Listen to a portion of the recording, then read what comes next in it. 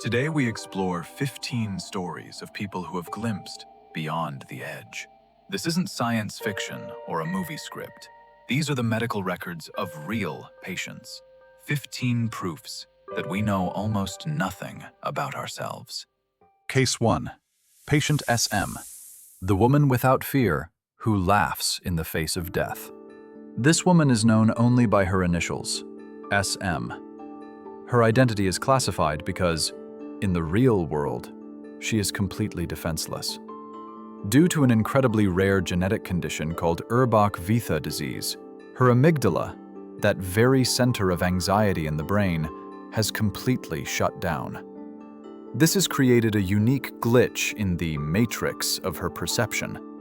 She is biologically incapable of feeling a threat. She has survived knife attacks, but she remembers these events as mundane facts, devoid of any negativity. Scientists have tested her for years. They placed poisonous snakes and giant spiders in her hands. She tried to pet them and called them cute. When she was asked to draw fear, she fell into a stupor and then drew a crawling baby. She admitted that she simply doesn't know what horror looks like and cannot even imagine the feeling. She understands the concept of danger intellectually, but her body is incapable of producing an alarm signal. The lead researcher of her phenomenon, Dr. Justin Feinstein, concludes, "The case of SM proves that fear is not innate knowledge of danger, but an illusion imposed by the brain.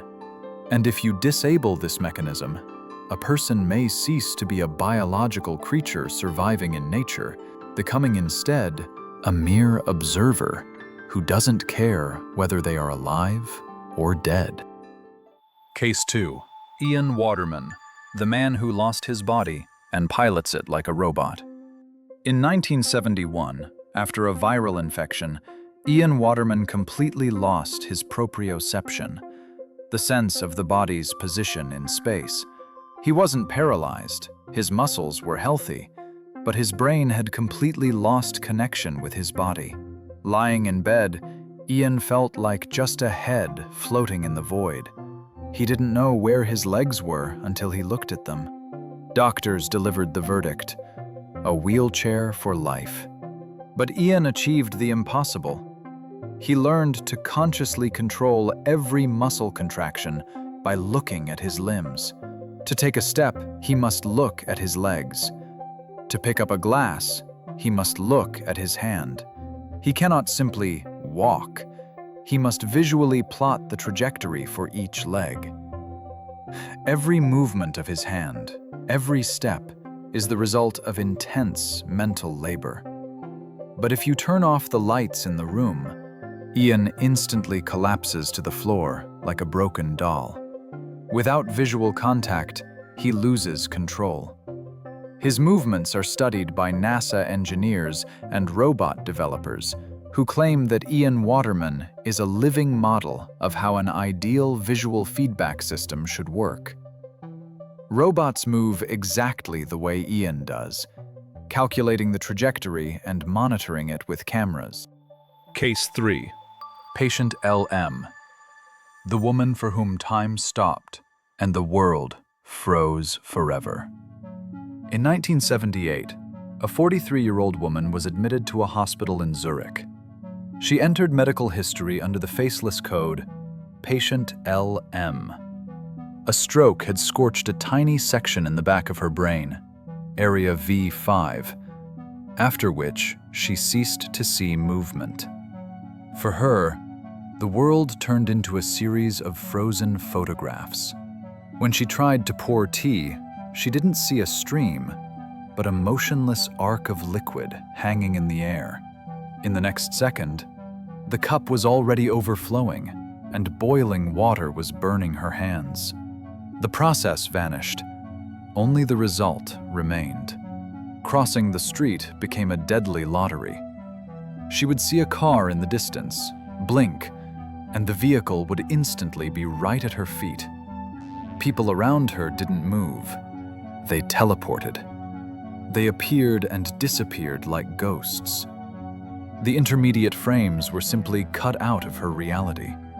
For the rest of her life, she learned to navigate by sound because her eyes could no longer be trusted. As neurobiologist Erceg writes, the case of LM demonstrates a fundamental fact.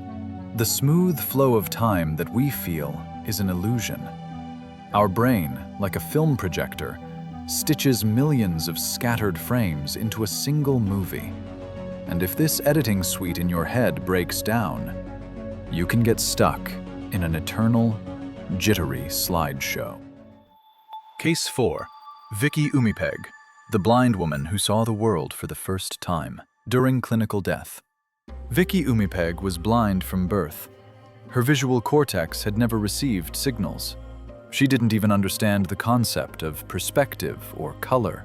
In her dreams, she never saw images, but only heard, smelled, and touched. At 22, after a terrible accident, her heart stopped. And suddenly, the darkness vanished. Vicki discovered that she was floating under the ceiling of the operating room. But the most shocking part wasn't that. She could see.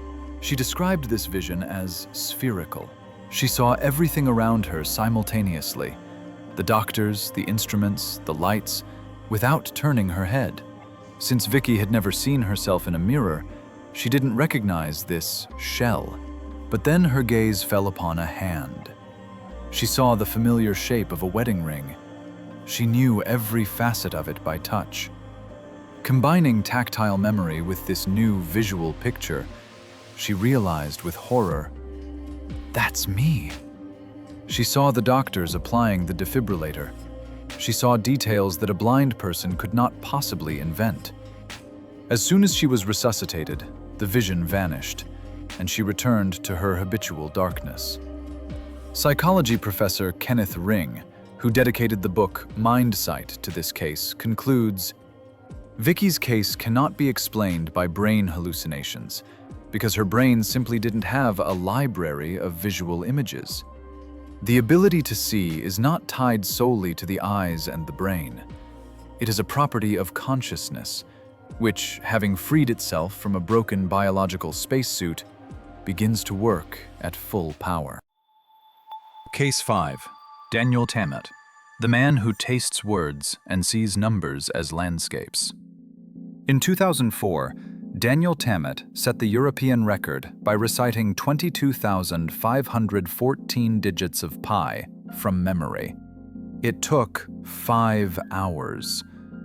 And shortly after that, he accepted a TV channel's challenge and learned the incredibly difficult Icelandic language in just 7 days, speaking fluently on live air. How is this possible? Tammet doesn't memorize in the usual sense. He is a synesthete. For him, numbers are not abstract symbols, but real three-dimensional objects. Every number up to 10,000 has its own unique shape, color, and texture for him. He describes the number 1 as a bright flash of light, 6 as a small and sad void, and 9 as a tall and menacingly blue figure. When he recalled the number pi, he didn't sort through digits in his mind. He walked through a mental landscape that was built from these figures like bricks. He simply described what he saw in front of him. While learning a language, Tammet didn't cram grammar. He tasted the words and felt their weight.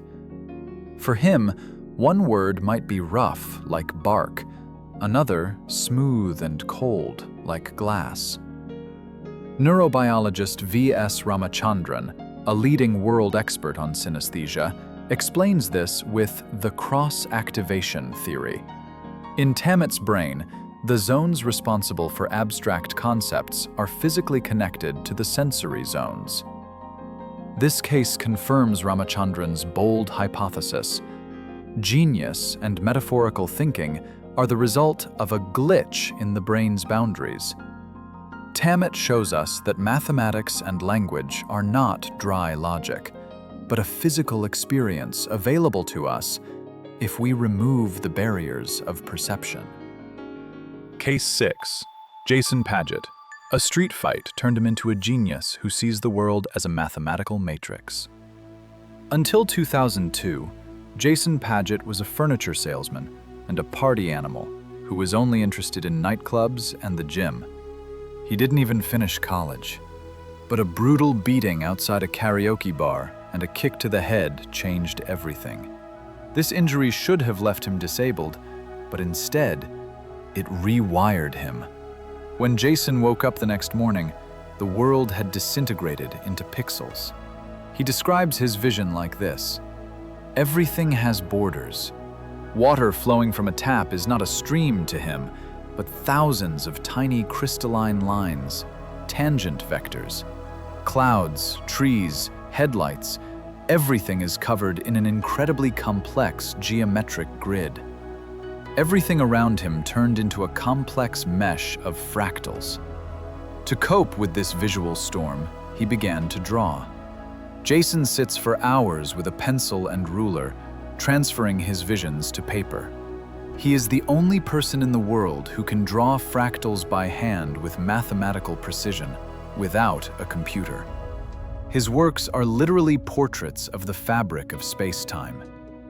Dr. Barrett Brogard, who studied his brain, confirms the trauma opened his access to those areas of the cortex where the primary processing of visual signals occurs. As she herself claims, Padgett's case is proof that mathematics was not invented by humans. It really exists around us. Case 7. Patient Déjà Vu. The student stuck in a time loop of endless repetition. In 2014, a 23-year-old student approached British doctors. His name is hidden in medical protocols, but his case became unique in the history of science. This guy's life had turned into an endless, terrifying Groundhog Day. He suffered from chronic déjà vu. Usually this feeling lasts for seconds. For him, it didn't stop for a moment.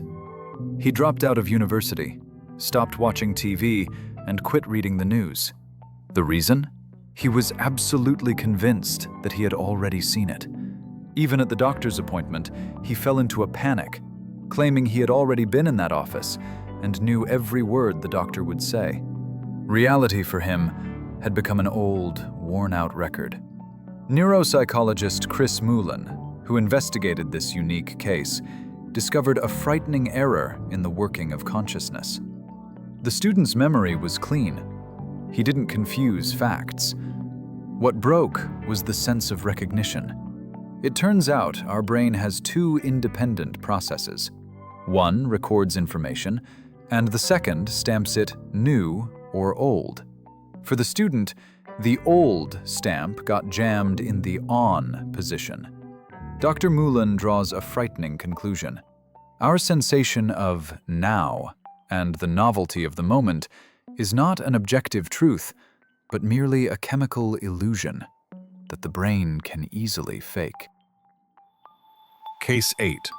Leigh Zasetsky, the man with shards instead of a world, who wrote a book without being able to read. In 1943, Lieutenant Leigh Zasetsky took a bullet to the left parietal region of his brain. He survived, but he woke up in hell. The damage to the parietal region destroyed his ability to bind things together. In his diary, he describes life in a constant, dense fog. His vision worked, but his perception had vanished. Looking at the street, he didn't see a city. He saw separate flashes: a wheel, a piece of a coat, a spot of light. Nothing assembled into a whole picture. Space disappeared for him. He couldn't bring a spoon to his mouth, missing his face. And for hours he couldn't sit on a chair because he didn't understand where his body was relative to the furniture. Words lost their connection. The phrase, "father's brother," became an unsolvable riddle for him. He understood the words brother and father separately, but couldn't connect them into the concept of uncle. He even forgot the scheme of his own body. He suffered for hours, not understanding how to lift his right hand, because the word right had lost its physical meaning for him. But Zasetsky performed a feat. He discovered that if he didn't think, but just wrote mechanically, the hand remembered the letters. For 25 years, he wrote blindly. He wrote 3,000 pages of text, desperately trying to stitch reality back together. Neuropsychologist Alexander Luria, who treated Zasetsky for 26 years and wrote the book The Man with a Shattered World about him, concluded Zasetsky's brain had lost the capacity for synthesis, but retained what neurobiologists call intention. Luria argued that human consciousness is not just a function of the brain cortex, but an autonomous force capable of operating even a broken biological mechanism. Case 9. Clive Waring, the man with a 7-second memory who dies and is born again and again.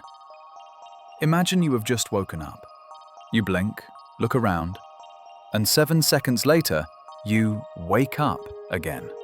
And so on, endlessly. This is the reality of British conductor Clive Waring. In 1985, viral encephalitis completely destroyed his hippocampus. His working memory shrank to 7 to 30 seconds. The most eerie evidence of his condition is his diaries. They are filled with the same phrase, 8:31 a.m. Now I am truly awake. Then it is crossed out, 8:32 a.m. Now I am awake for real. Every time his window reboots, he realizes with horror that he remembers nothing and thinks he has just come out of a coma. The past does not exist for him. But there is a paradox. Clive can sit at the piano and play Bach perfectly. While the music plays, he is completely coherent. And every time his wife, Deborah, enters the room, he runs to her with wild joy, as if he hasn't seen her for years. Neurologist Oliver Sacks, who dedicated the article The Abyss to Clive, writes that despite the total destruction of memory, Clive's soul remained untouched. Sacks argued that it is music and love for his wife that allow Clive to find wholeness, proving that the human essence is deeper than merely accumulated memories. Case 10. Leigh Erceg, the woman whose brain exchanged the ability to love for the ability to calculate. Leigh Erceg was a simple ranch woman. In 2009, she fell into a ravine and suffered a severe traumatic brain injury. When she woke up, she didn't recognize her own mother. Even when it was explained to her who it was, she felt nothing. No warmth, no attachment. Doctors discovered a complete loss of empathy in Leigh. She had forgotten how to read facial expressions, understand jokes, and feel affection. But in return, nature gave her a frightening superpower. In the place of scorched emotions, an incredible intellect emerged. Leigh suddenly began seeing equations in the shadows on the grass. She became a savant artist. She can spend hours drawing incredibly complex geometric patterns that are visualizations of mathematical formulas. She solves equations that she previously couldn't even read. She hears music as colored flashes and sees time as space. Neurobiologist Berit Brogard, who studied Leigh, called this a unique case of substitution. Scans showed that the trauma disabled the brain's inhibitory centers. Brogard came to the conclusion, our brain intentionally blocks most of its computing power in order to spend energy on social connections and survival. Case 11. June and Jennifer Gibbons, the eerie story of the silent twins and their deadly contract. From childhood, June and Jennifer refused to speak to the world. They communicated only with each other in a language they invented. Their movements were frighteningly synchronized. They walked the same way, laughed the same way, and even fainted at the exact same second while in different rooms. Doctors placed them in Broadmoor Psychiatric Hospital, but the isolation only strengthened their bond. At some point, the sisters came to a grim, logical conclusion. We cannot live as two. For one to start living a normal life, the other must die. Jennifer chose herself as the sacrifice. On the day of their release from the clinic, right on the bus, Jennifer laid her head on her sister's shoulder and died. The autopsy showed sudden cardiac arrest, but no poisons or drugs were found in her blood. Immediately after this, June began to speak to people as if she had never been silent. Journalist Marjorie Wallace, who was the only confidant of the twins, recorded June's first words after her sister's death. "I am free. Jennifer gave her life for me." This case remains an unsolvable riddle in forensics and psychiatry. Case 12. Patient Karen, alien hand syndrome, when the left hand tries to kill the hostess.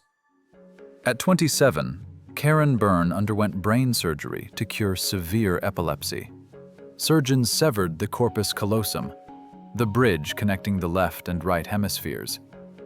The operation was successful, but when Karen woke up, she discovered that her left hand had acquired a personality of its own.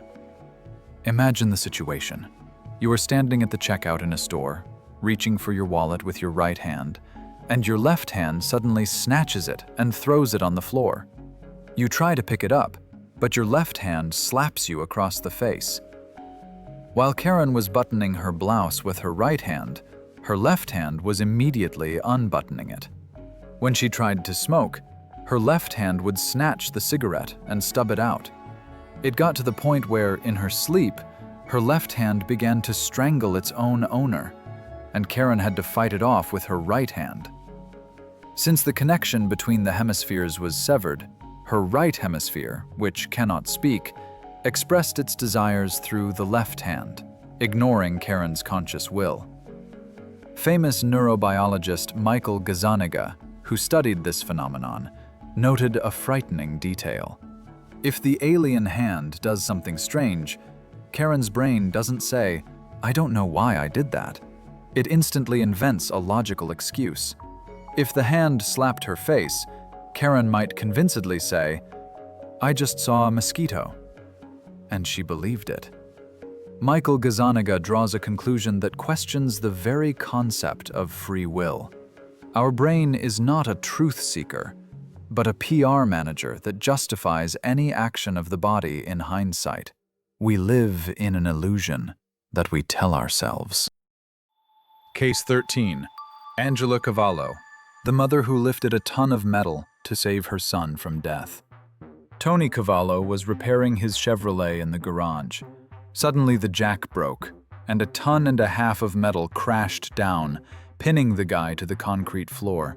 His mother, Angela, a housewife in her 50s, ran out at the scream. Seeing her son under the car, she grabbed the bumper without hesitation and lifted the rear of the vehicle. She held this weight for an incredible 5 minutes while neighbors pulled Tony out. This phenomenon is called hysterical strength. In our muscles, there are sensors, Golgi tendon organs.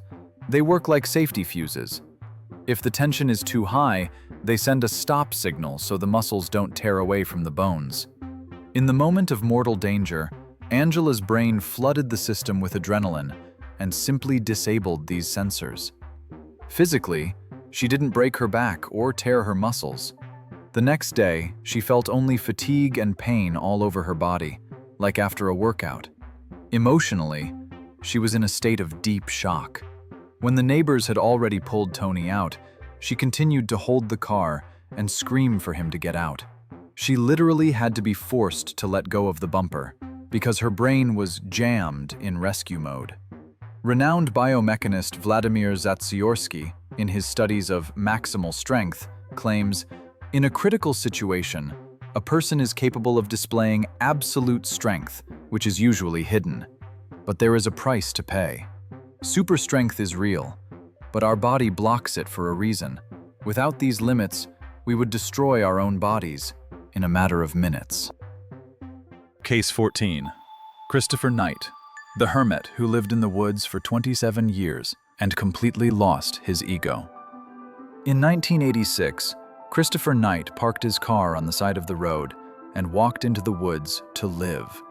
The next time he would speak to a human would be 27 years later, when he was arrested for stealing food from a summer camp. He wasn't a fanatic, and he wasn't running from the law. He simply lived in a stolen tent, surviving winters of minus 30 degrees and stealing food so as not to die. But the most amazing thing is what happened to his consciousness. Knight describes his state as the complete death of the ego. He ceased to feel like a separate being. His internal monologue disappeared. The boundary between him and the forest was erased. He didn't feel loneliness because his I dissolved into the surrounding world. In isolation, the concept of time vanished. For him, there was no yesterday or tomorrow, only a long, continuous now that lasted 27 years. He admitted, "I stopped being myself.